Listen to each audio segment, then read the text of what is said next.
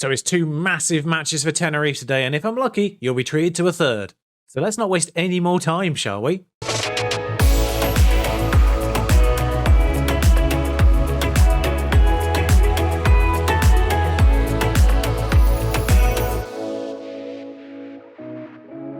Right then, so this is the situation. We're actually going to play Inter Milan again for the second time in the group stages. I've never done that before. I don't think I've ever covered the same team twice in a group stage, but I feel like it might be necessary this time round, because if we beat Inter Milan, we go on 9 points, and depending on the scoreline, might leapfrog them with head-to-head. If we lose and Dortmund win, then the Sporting match means nothing. Absolutely nothing. We won't be able to go up or down, so it will just be Inter Milan and the Real Madrid match.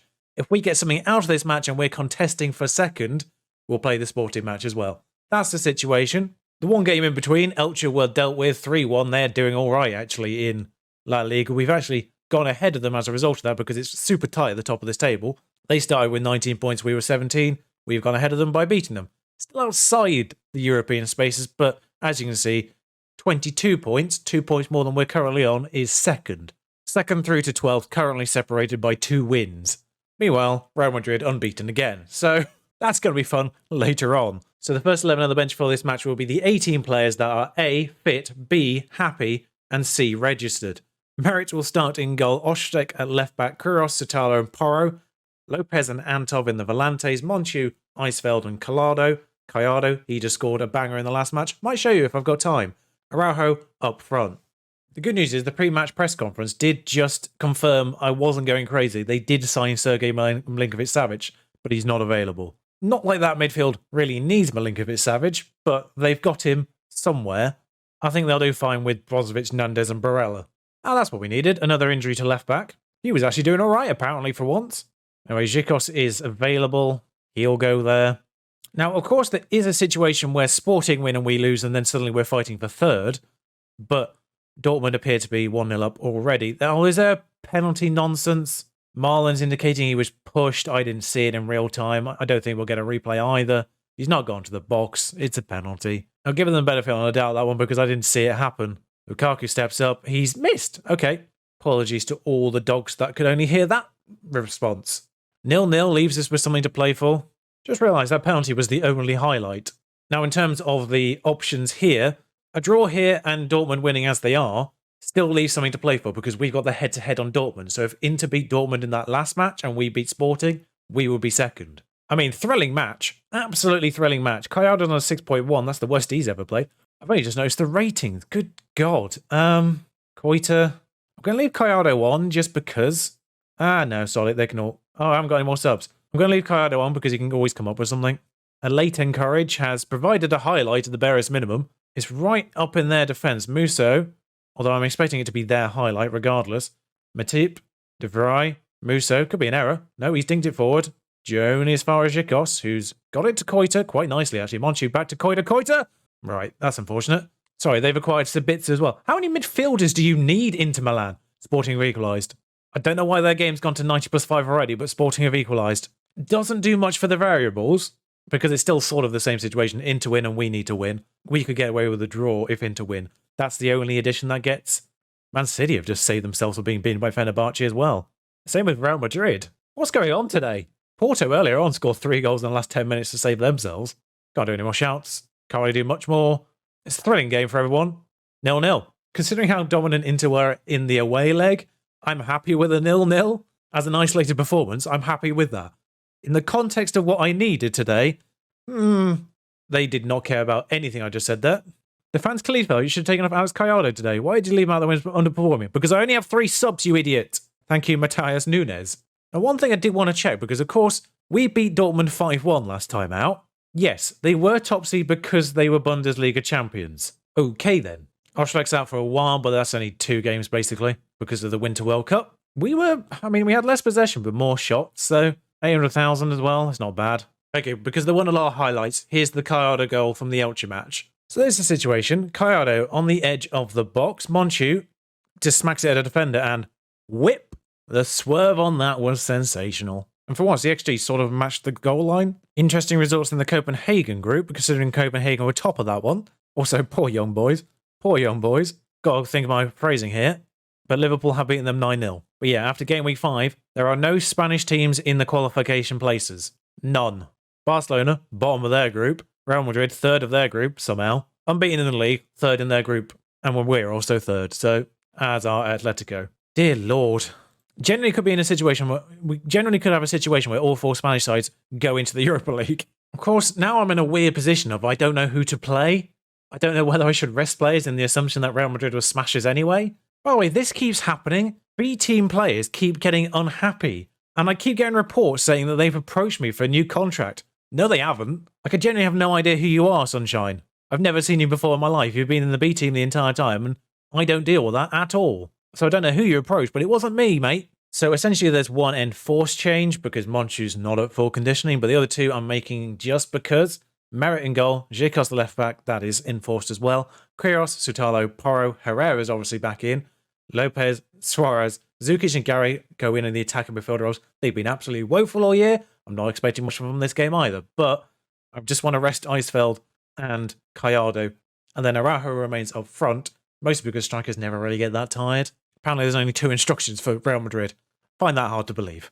I always love that. We've got nothing to lose here, other than our positioning. So Real Madrid are going to be playing in pink by the looks of things, which is confusing because part of our away kit is pink as well. But yeah, we start today in 7th. Bilbao got a game in hand against Real Madrid, seemingly.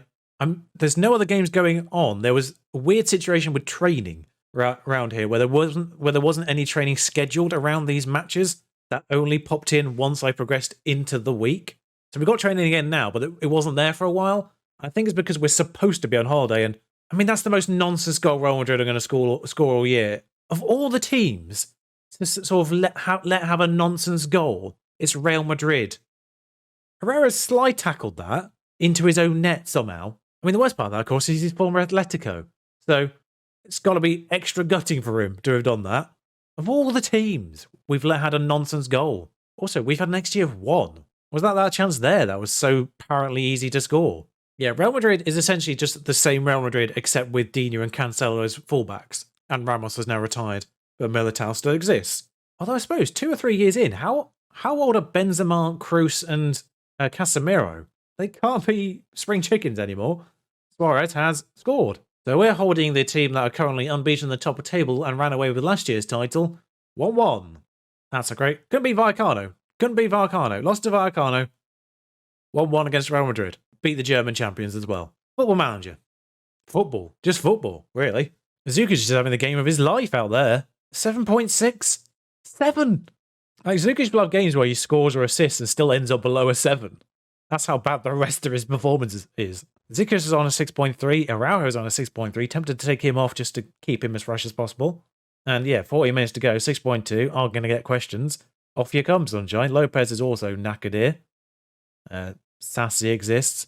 And purely because, again, I'm going to have questions. Zikos off for Munoz, who's still unhappy. So 3 changes. Real Madrid begin the highlight. Interestingly, we've got the ball back, though. Koita comes back from an onside position. Was kind of concerned by that. Herrera, back to Gary. Koita's been played in. What a beautiful ball in. Never mind. Ah, yes. João Cancelo is replaced by Nelson Semedo, which is not a downgrade, really. What's especially baffling is Real Madrid start the game with 3 really good right-backs, and they don't have any of them anymore, seemingly. Zukic with a late corner. It started with the corner. We've gained possession back, though. I was worried about a counter-attack there. Sassy's played Gary in. Gary's smacked it at Courtois. Courtois fumbled it, and it's gone out for another corner. And one of my central defenders is absolutely knackered. Zukic puts the ball back in. Casemiro heads back out again. Zukic. Back to Gary. This might just be a result of the previous highlight. Diaz is still at Real Madrid, surprisingly. He normally moves on by now. Diaz. Tackled. Free kick. And remarkably, we've walked away from a match with Real Madrid with a draw. If you'd offered me a draw against Real Madrid, I'd have snatched a face off, which is not the phrase. But I would have snatched at that. And then I look at the statistics.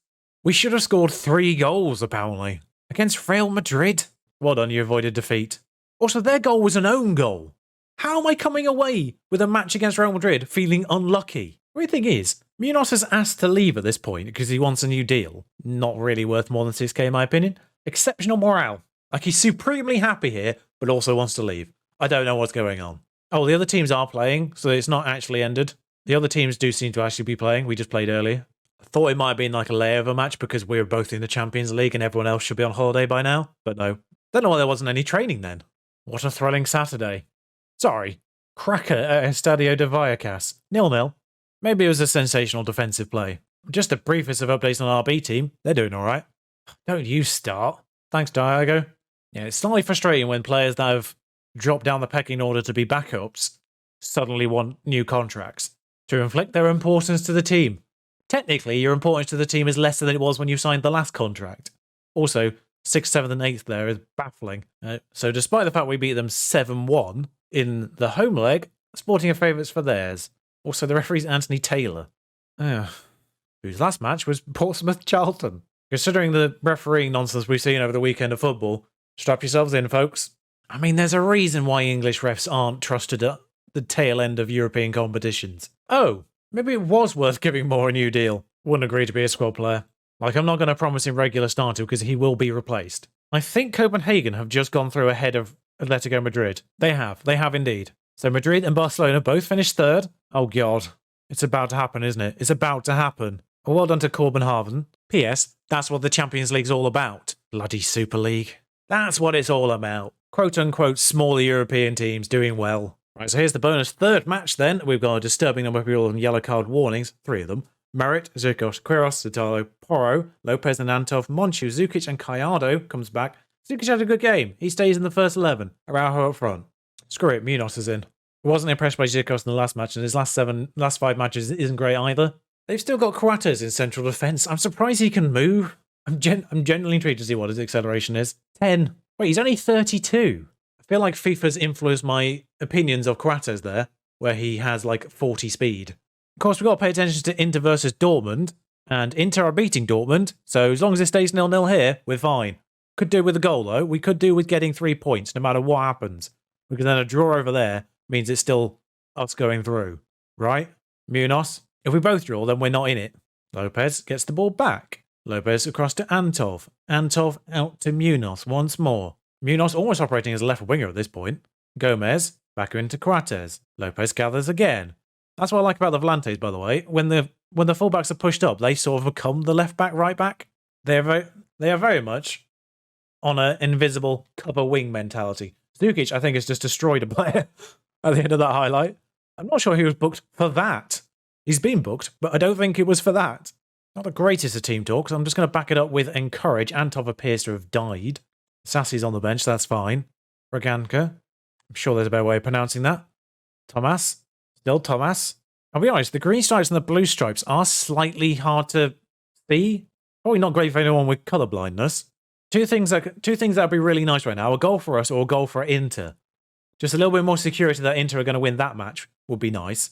But Caiado, Monchu, Caiado's going to get on the end of it. I'm not quite sure how he's managed to miss the goalkeeper, and then he's hit the bar in the process. I mean, Rangers have definitely hit the roof with 4 goals over there. Blimey. Okay, maybe looking to get in Kemar roof. Sutalo puts the ball forward. Zukic. Sutalo is booked. He will miss the next match. Zukic still Zukic. This is going to be Zukic's shot, isn't it? Yeah. Once a player's had the ball for about 10 seconds, you know it's just going to be one of those run and miss situations. Caiado heads inwards. I don't like this. Platter. Still Platter. We're giving him too much space. Rosier. Too much space. Too much space. Good save. Schmidt puts the ball back in. Rosier smacks it over. I felt like the good save was the highlight, but it still have me worried. I don't know what to change. We are on top of this. As a late corner for them. Don't do this. Headed clear temporarily. Being put back all the way across.